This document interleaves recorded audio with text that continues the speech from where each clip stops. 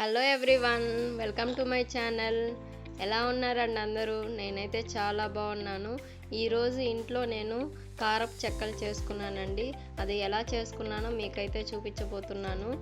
మా ఇంట్లో ఎప్పుడు పిండి వంటలు చేసుకున్నా ఈ కారపు చెక్కలు అయితే కంపల్సరీ అండి. మా ఇంట్లో అందరం ఎంతో ఇష్టంగా తింటామండి వీటిని. ముందుగా పెసరపప్పుని ఇలా 2 అవర్స్ పాటు నానబెట్టేసుకున్నానండి. అలాగే పచ్చెనగపప్పు కూడా ఇలాగే 2 అవర్స్ పాటు నానబెట్టేసుకొని కడిగి ఇలా పక్కన పెట్టేసుకున్నానండి. ఇప్పుడు ఒక పెద్ద గిన్నె తీసుకొని అందులో పొడి బియ్యపు పిండిని 3 కప్స్ తీసుకుంటున్నానండి నేను. ఇప్పుడు ప్రెజెంట్ నేను మా హస్బెండే కదా ఇంట్లో ఉంటుంది, అందుకే మా ఇద్దరికి సరిపోయేటట్లుగా కొంచెమే చేసుకుంటున్నానండి. ఇప్పుడు అందులోకి కచ్చాపచ్చాగా దంచుకున్న వెల్లుల్లి, పచ్చిమిర్చి అలా వేసేసుకున్నానండి. అలాగే కరివేపాకు ఇలా కట్ చేసుకొని వేసుకుంటున్నానండి. చిన్న కరివేపాకులు అయితే అలా కట్ చేసుకొని అవసరం ఉండదు. ఇలా కట్ చేసుకొని వేసేసుకున్నాను. ఇప్పుడు ముందుగా నానబెట్టి కడిగి పెట్టుకున్న పచ్చెనగపప్పుని వేసుకుంటున్నానండి.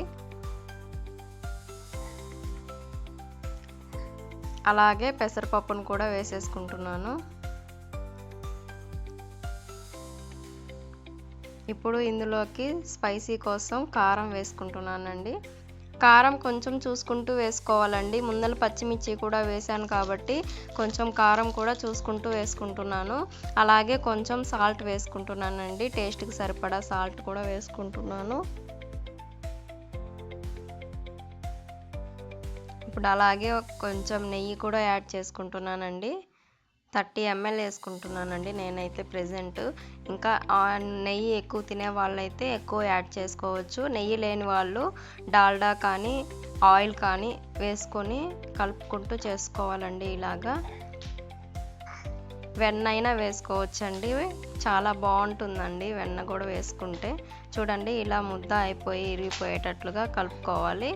ఇప్పుడు ఇందులోకి వాటర్ యాడ్ చేసుకుంటూ కలుపుకోవాలండి. వాటర్ అడ్జస్ట్ చేసుకుంటూ కలుపుకుంటూ చేసుకోవాలి.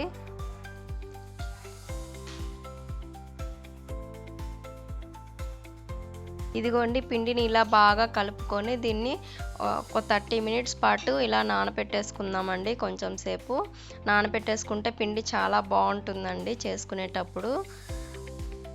ఇప్పుడు మూత పెట్టేసుకొని కొంచెం సేపు నానబెట్టేసుకుందామండి. ఇప్పుడు మూత తీసేసి ఇలా చిన్న ఉండల్లాగా చేసేసుకుంటున్నానండి. ఇలా ఉండలుగా చేసుకొని మొత్తం పిండినంతా ఇలానే ఉండలు చేసేసుకుంటున్నానండి. ఇలా చేసి పెట్టుకుంటే మనకి ఈజీగా ఉంటుందండి. చేసుకునేటప్పుడు కూడా పెద్ద కష్టం లేకుండా చేసుకోవచ్చు. వెంటనే చేసుకోవచ్చు. 2-3 మనుషులు ఉంటే మటుకు తొందరగా అయిపోతుంది. ఒకరు ఉండలు చేసుకుంటూ, ఒకరు ఒత్తుకుంటూ, ఒకరు నూనెలో వేసుకుంటూ తీసుకుంటూ ఉంటారు. ఇప్పుడు నేను ఒక్కదాన్నే కాబట్టి ఇలా త్వరగా అయిపోయేలాగా ఇలా ఉండలు చేసుకున్నానండి. చూడండి ఇలా అయితే ఉండలు చేసేసుకున్నాను. ఇప్పుడు ఒక పేపర్ మీద ఒక కవర్ లాంటిది అలా తీసుకొని ఆయిల్ పూసేసి పెట్టుకున్నానండి. నేనైతే నూనె ప్యాకెట్లు ఉంటాయి కదా అలా కట్ చేసి పెట్టుకున్నాను. కట్ చేసి ఆయిల్ పూసేసి ఇలా అన్నీ ప్రిపేర్ చేసుకున్నానండి. ఇప్పుడు ఒక ఉండలు తీసేసుకొని ఇలా మీకు వీలైనంత పల్చగా చేసి పెట్టుకోవాలండి. ఇలాగే మిగతా వాటిని కూడా ఇలానే బాగా పల్చగా చేసుకుంటూ చేసుకోవాలండి. ఆయిల్ అద్దుకుంటూ చేసుకుంటే ఇంకా ఈజీగా అయిపోతుందండి. చేతికి అతుక్కోకుండా నూనె కవర్కి కూడా అతుక్కోకుండా ఉంటుందండి. చాలా ఈజీగా బయటకు వచ్చేస్తాయి.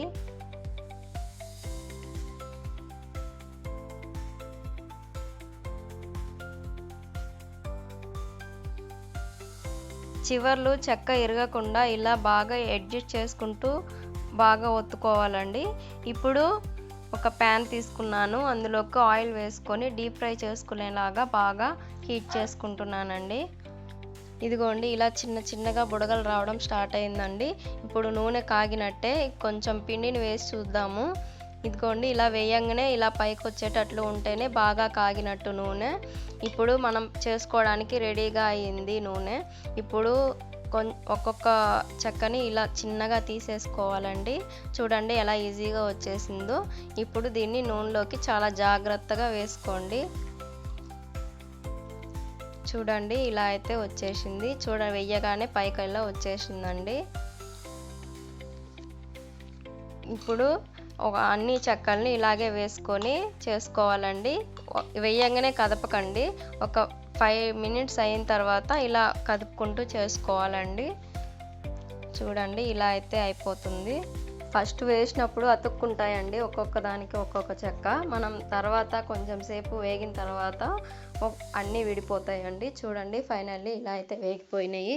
ఇప్పుడు నూనె అంతా పోయేంత వరకు ఇలా ఉంచుకొని నూనె తీసేసి ఇప్పుడు ఒక పేపర్ ప్లేట్లోకి తీసుకుంటున్నానండి. మీకు వీలైనంత వరకు టిష్యూ పేపర్స్లో తీసుకోండి. నాకు అది అవైలబిలిటీగా లేదని న్యూస్ పేపర్లో తీసుకుంటున్నాను. చూడండి నేను తీసుకున్న క్వాంటిటీతో ఇన్ని చెక్కలు అయితే వచ్చేసినాయండి. ఇంతేనండి, చాలా ఈజీగా చేసుకోవచ్చు. ఎంతో టేస్టీ, స్పైసీ, క్రిస్పీ చెక్కలైతే రెడీ అయిపోయినాయండి. ఇలా చేసుకొని తినడం నాకైతే చాలా హ్యాపీగా అనిపించిందండి. మా ఆయన అయితే చాలా ఇష్టంగా తిన్నాడు. Thanks for watching. Please like, share and subscribe.